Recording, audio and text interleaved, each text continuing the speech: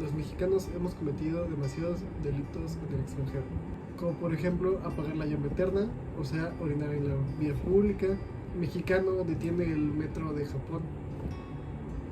Le pusieron un sombrero y zarape a Nelson Mandela. Y tenemos los graves de agresión sexual, violaciones, contacto sexual criminal, comportamiento sexual peligroso. Y la pregunta es, ¿cómo cometer un delito en el extranjero y que no te atrapen? Para empezar, en México tenemos el artículo 4 de la Constitución que dice: los delitos cometidos en territorio extranjero por un mexicano contra mexicanos o contra extranjeros o por un extranjero contra mexicanos serán penados en la República con arreglo a las leyes federales si concurren los requisitos siguientes. Primero, que el acusado se encuentre en la República. Primer dato importante: no estés en la República, salte, huye. Segundo, que el reo no haya sido definitivamente juzgado en el país que delinquió. Y segundo paso importante: si vas a cometer un delito en cualquier país, donde sea que vayas a hacer, evita ser juzgado ahí, o sea, huye también. 3.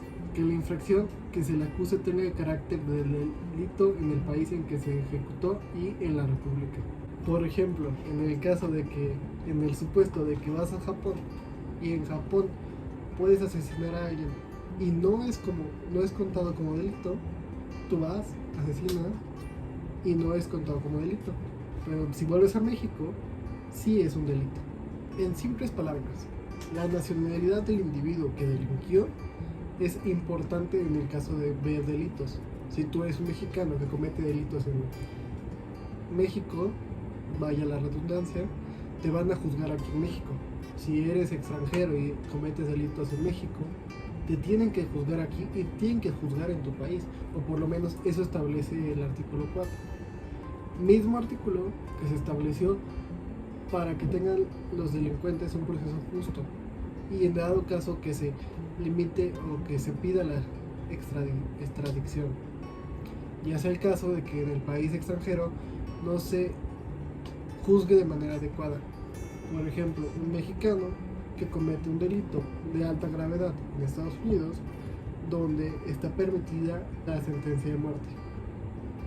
O sea, en México no está permitida, entonces se pide la extradición para que el individuo, en este caso que cometió el delito, ya fue juzgado que sea juzgado aquí y que cumpla la condena. Por ejemplo, en el derecho internacional está el principio aut debere, aut impone, aut tragere, aut judicare, que en pocas palabras es extraditar o juzgar, que permite al Estado decidir si va a juzgar en su propio país o va a extraditar al imputado. Siguiendo la misma rama, tenemos a Kelsen, que señala que cada estado tiene la facultad de salvaguardar los intereses de sus nacionales contra violaciones de órganos de otros estados. En México no está prohibida la extradición. Por ejemplo, en dado caso que un mexicano haya cometido un delito en el extranjero y se venga aquí a México para intentar huir de la extradición, se le puede conceder al Estado, salvo y cuando está limitada. Por ejemplo, en la ley de extradición internacional, en el artículo 14, que dice: ningún mexicano podrá ser entregado a un Estado extranjero sino en casos excepcionales a juicio del Ejecutivo. En este caso, por ejemplo, tú cometes un delito en Japón, le robas a una señorita, a una viejita, te regresas a México porque dice: no me van a alcanzar, no me pueden extraditar. ¿Y qué crees? El ejecutivo es tu ex. Ya valiste madres, porque tu ex dice: ah, sí, yo se los doy para que lo juzguen allá. Entonces, ¿quién es el ejecutivo? Es la Secretaría de Relaciones Exteriores, la que se encarga totalmente de eso. Aquí nos topamos con algo interesante.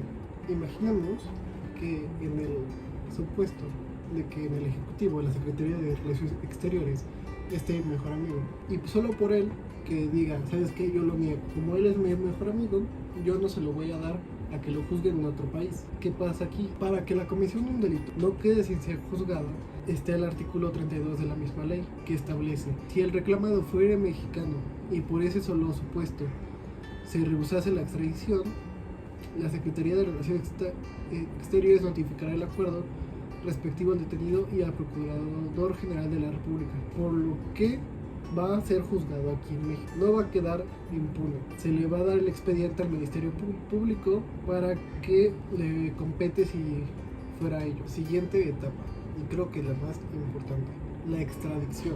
¿A qué se refiere esto? Tú como persona cometiste un delito en el extranjero y te regresas a México. ¿Cuál es la facultad o quién tiene la facultad de juzgarte o extraditarte? Como ya lo vimos, la Secretaría de Relaciones Exteriores o un tribunal federal. Para ello tenemos diferentes figuras. Por ejemplo, detención provisional con fines de extradición internacional. En este caso, el supuesto de que llegues a México y te quieras ir o quieras huir o no quieras enfrentar la justicia, se te va a hacer una detención provisional en lo que se tramita tu extradición hacia el país donde fuiste o vas a ser juzgado. Extradición activa es donde el Estado activamente ejerce la solicitud de extradición o detención hacia el imputado por su propia mano, no viene de otro estado.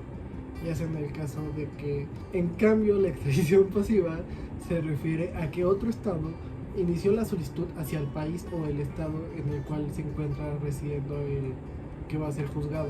En este caso, que el estado haya iniciado la solicitud, como ya dijimos, la Secretaría de Relaciones Exteriores es la encargada de resolver, y esto tendrá 20 días hábiles para dar una respuesta y conceder o rehusar la extradición. Por esto es muy importante, tus 20 días después de que cometieron un delito y llegar a un país y que se crea la solicitud para extraditarte son muy importantes. Bueno, ahora, suponiendo, ya te detuvo el Estado mexicano, ya se hizo la reclamación de otro estado para que te extraditen. ¿Qué tienes ahora? ¿Qué puedes hacer? ¿Y cuál va a ser las resoluciones? Tenemos que se determine procedente la extradición, o sea, que te lleven, ya, te fuiste a otro estado, a otro país, para que te juzguen allá. Que se determine improcedente la extradición, ordenando que se deje en libertad. O sea, te la libraste porque el delito que tú hiciste en otro país no es procedente, o no es delito, puede ser, o no es delito aquí en México. Que la extradición se niegue solo por el hecho de ser mexicano. Que la extradición se conceda de forma diferida. Y la extradición condicional, que te van a llevar a otro estado para ser juzgado, pero con la condición de que no te aplican la pena de muerte o te apliquen una pena menor. ¿Por qué es tan importante la pena de muerte? Y más en los tratados internacionales de extradición. Tenemos el caso de un delincuente que abusó sexualmente de varias de sus compañeras, tenía delitos sexuales, fue detenido en Estados Unidos de América, un país en el cual está vigente la pena de muerte. La pena de muerte en Estados Unidos se requiere dos factores. Se tiene que tratar de un delito grave llamado fenolí y una actitud de indiferencia hacia la vida humana. ¿Qué quiere decir? Un asesino en serie en el cual no ha tenido ninguna compasión por sus víctimas sería el ejemplo perfecto en el cual se le podría aplicar una pena de muerte a sus ciudadanos. En el caso de mexicanos cometiendo sus delitos en Estados Unidos, se le puede negar la extradición por una jurisprudencia de la Suprema Corte. Todo esto basado en los artículos 15 y 22 de la Constitución Política.